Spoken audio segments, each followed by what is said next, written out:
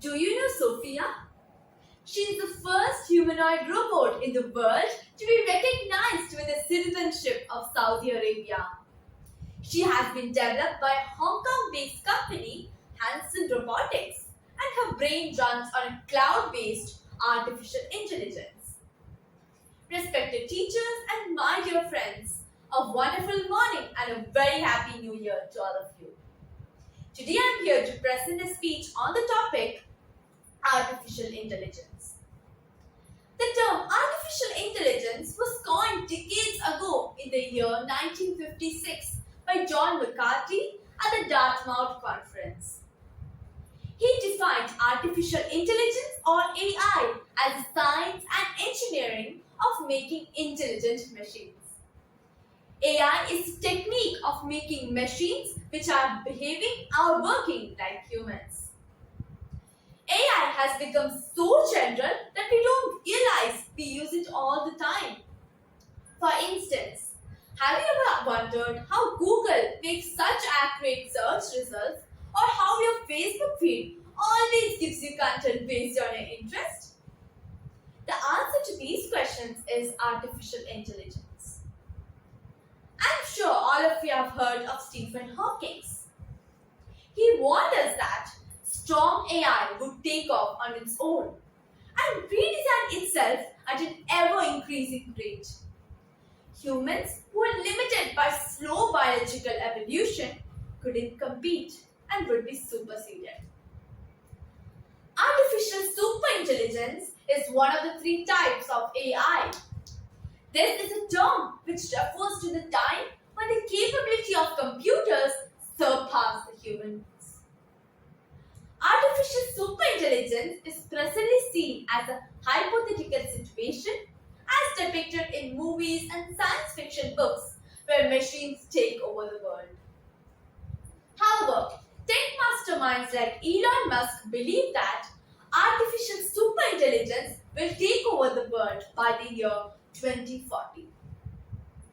Now, let us take a look on how AI is used in the real world.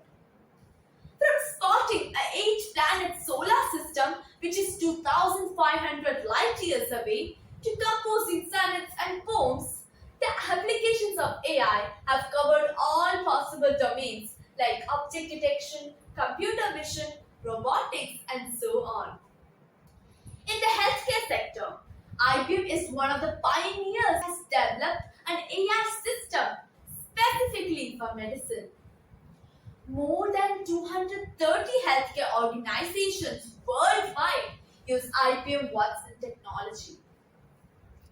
Next, we have Google's AI Eye Doctor. It is another initiative taken by Google where they are working with an Indian eye care chain to develop an AI system that can examine retina scans and identify a condition called diabetic retinopathy, which causes blindness. Coming to social media platforms like Twitter, artificial intelligence is used to identify hate speech and terroristic language in tweets. The company discovered and banned 300,000 terrorist-linked accounts, 95% of which were found by non-human, artificially intelligent machines. Next, we have virtual assistants like Siri, Alexa, Cortana, which are all examples of artificial intelligence. A newly discovered Google's virtual assistant called Google Duplex has astonished millions of people. Not only can it respond to calls and book appointments for you, it adds a human touch. Another famous application of AI is self-driving cars. AI builds cars that can automatically detect objects and drive around without human intervention. Elon Musk quoted that Tesla will have fully self-driving cars by the end of the year and a robo-taxi version, one that can ferry passengers without anyone behind the wheel. Since the emergence of AI in the 1950s, we have seen an exponential growth in its potential. As AI is branching out into every aspect of our lives, is it possible that one day AI might take over our lives? And if it is possible, how long will this take? Well, it may be sooner than you think. It is estimated that AI will take over the world within the next 30 years.